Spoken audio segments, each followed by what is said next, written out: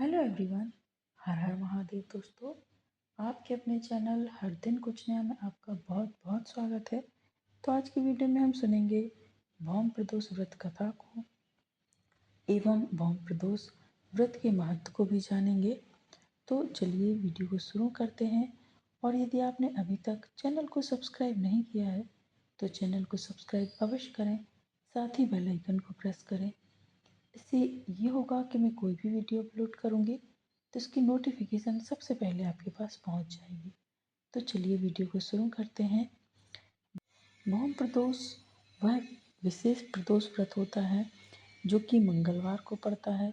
वैसे तो हर महीने में शुक्ल और कृष्ण पक्ष की त्रयोदशी तिथि को प्रदोष व्रत किया जाता है, लेकिन जब ये व्रत मंगलवार को पड़ता है तो इसे भौम प्रदोष कहते हैं, क्योंकि भौम का अर्थ होता है मंगल ग्रह। यानी कि इस दिन भगवान शिव और माता पार्वती की कृपा के साथ साथ हमें हनुमान जी की कृपा भी प्राप्त होती है और उनका आशीर्वाद भी प्राप्त होता है। और माना जाता है कि भौम प्रदोष व्रत कथा सुनने और कहने से मनुष्य को शिव जी एवं पार्वती जी और श्री हनुमान जी महाराज की कृपा प्राप्त होती है और इंसान के जीवन में जो भी परेशानियां चल रही हैं उनका अंत होता है और मनुष्य की समस्त प्रकार की मनोकामनाएं पूर्ण हो जाती हैं। तो आइए भौम प्रदोष व्रत कथा का श्रवण करते हैं। और कथा का श्रवण करने के लिए चैनल पर बने रहें। तो सूत जी बोले, अब मैं मंगल त्रयोदशी व्रत कथा का विधि विधान कहता हूँ। मंगलवार का दिन व्याधियों का नाशक है। इस व्रत में एक समय व्रती को गेहूं और गुड़ का भोजन करना चाहिए। इस व्रत के करने से मनुष्य सभी पापों व रोगों से मुक्त हो जाता है। इसमें किसी प्रकार का संशय नहीं है। अब मैं आपको उस बुढ़िया की कथा सुनाता हूँ जिसने यह व्रत किया, वह मोक्ष को प्राप्त हुई। अत्यंत प्राचीन काल की घटना है। एक नगर में एक बुढ़िया रहती थी। उसके मंगलिया नाम का एक पुत्र था। वृद्धा को हनुमान जी पर बड़ी श्रद्धा थी। वह प्रत्येक मंगलवार को हनुमान जी का व्रत रखकर यथाविधि उनको भोग लगाती थी। इसके अलावा मंगलवार को ना तो वो घर लीपती थी और ना ही मिट्टी खोदती थी। इस प्रकार से व्रत रखते हुए जब उसे काफी दिन बीत गए तो हनुमान जी ने सोचा कि चलो आज इस वृद्धा की श्रद्धा की परीक्षा लेते हैं। वे साधु का वेश बनाकर उसके द्वार पर जा पहुंचे और पुकारने लगे, कोई हनुमान का भक्त है जो हमारी इच्छा पूरी करे। वृद्धा ने यह पुकार सुनी तो बाहर आई और महाराज क्या आज्ञा है, आप कहिए। साधु वेशधारी हनुमान जी बोले कि मैं बहुत भूखा हूँ, भोजन करूँगा तो थोड़ी सी जमीन लेप दे। वृद्धा बड़ी दुविधा में पड़ गई। अंत में हाथ जोड़कर प्रार्थना की, हे महाराज, लीपने और मिट्टी खोदने के अतिरिक्त आप जो भी काम कहेंगे वो मैं करने को तैयार हूँ।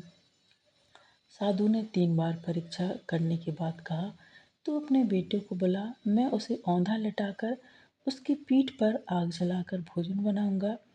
वृद्धा ने सुना तो उसके पैरों तले जमीन खिसक गई, मगर वह वचन हार चुकी थी। उसने मंगलिया को पुकार कर साधु महाराज के हवाले कर दिया, मगर साधु ऐसे ही मानने वाले नहीं थे। उन्होंने वृद्धा से कहा कि अपने हाथों से ही मंगलिया को औंधा लिटाकर उसकी पीठ पर आग जलाएं। आग जलाकर दुखी मन से वृद्धा अपने घर के अंदर पहुंच गई और रोने लगी।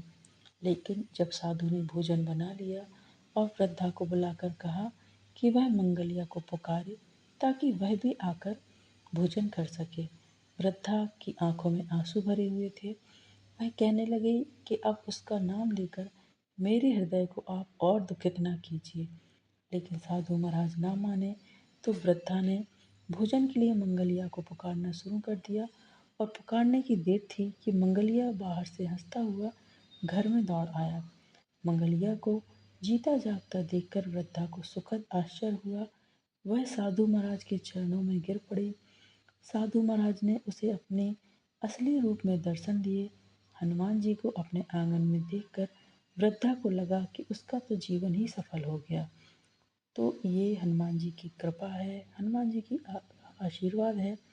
जो भी व्यक्ति भौम प्रदोष व्रत को करता है और उनकी कथा को सुनता है, पढ़ता है, तो उसके भी जीवन के सभी कष्ट इसी प्रकार दूर हो जाते हैं।